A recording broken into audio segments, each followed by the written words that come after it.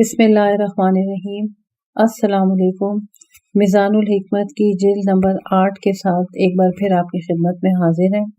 آپ سب کو بتاتی چلوں کہ یہ کتاب کاشان بصیرت کے پلیٹ فارم سے آپ سب کے لیے ریکارڈ کی جا رہی ہے۔ آج اس سلسلے کا پارٹ نمبر 11 ریکارڈ کروایا جا رہا ہے اور صفحہ نمبر 211 ہے۔ ہم پہنچ گئے ہیں فصل نمبر 11 پہ، اور فصل نمبر 11 میں اس کا عنوان ہے القرض یعنی قرض۔ نمبر شمار ہے 3337 اور قرض کا یہ موضوع نمبر 1 ہے۔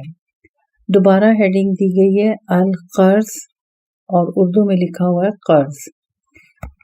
اب ہم آئے قرآن مجید کی آیت سے اس کا آغاز کرتے ہیں، اور سورہ کا نمبر یہاں پہ نہیں لکھا ہوا، اور آیت ہے من ذا الذی یقرض اللہ قرضا حسنا فیضاعفہ لہ ولہ اجر کریم۔ کون ہے جو اللہ کو قرض حسنا دے تو اللہ اس کے لیے اجر کو کئی گنا کر دے، اور اس کے لیے معزز صلہ اور عمدہ جزا ہے۔ اس کے سلسلے میں جو احادیث شریف بیان کی گئی ہیں وہیں ان کا مطالعہ کرتے ہیں۔ 16368 پہ جو شخص خدا کو قرضہ دے گا اللہ اسے اجر عطا فرمائے گا۔ حضرت علی علیہ السلام غرور الحکم حدیث نمبر 8072۔ 16369 پر حدیث ہے جو اللہ پر بھروسہ کرتا ہے وہ اس کے لیے کافی ہو جاتا ہے۔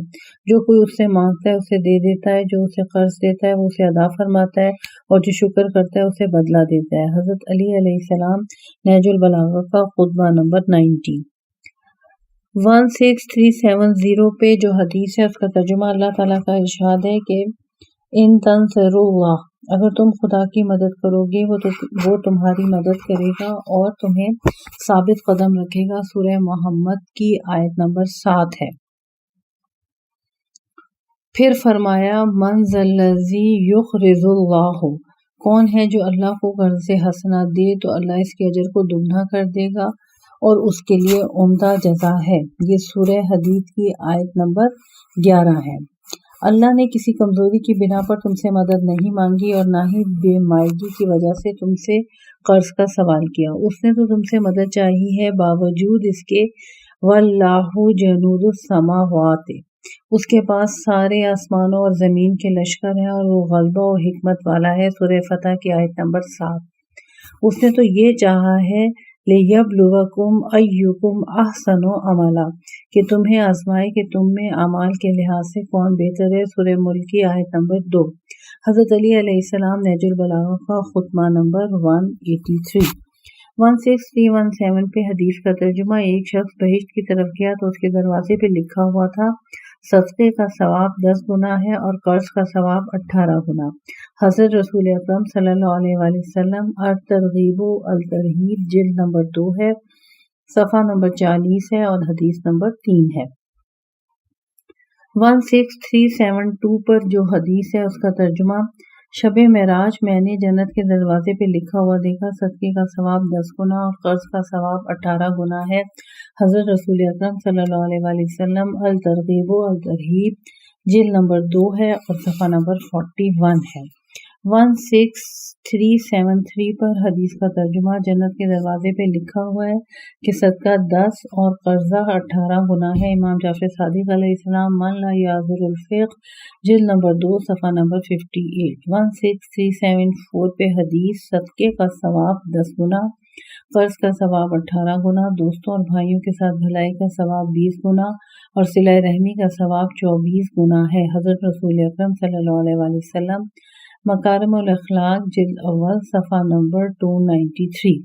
16375 پر حدیث کا ترجمہ ایک قرضے کا ثواب 18 گنا ہے اور اگر انسان مر جائے تو اس کو زکوٰۃ میں شمار کیا جائے گا۔ حضرت امام جعفر صادق علیہ السلام ثواب الاعمال صفحہ نمبر 167 اور حدیث نمبر 3۔ 16376 پر جو حدیث ہے اس کا ترجمہ میں بہشت میں گیا تو دیکھا کہ اس کے دروازے پہ تحریر تھا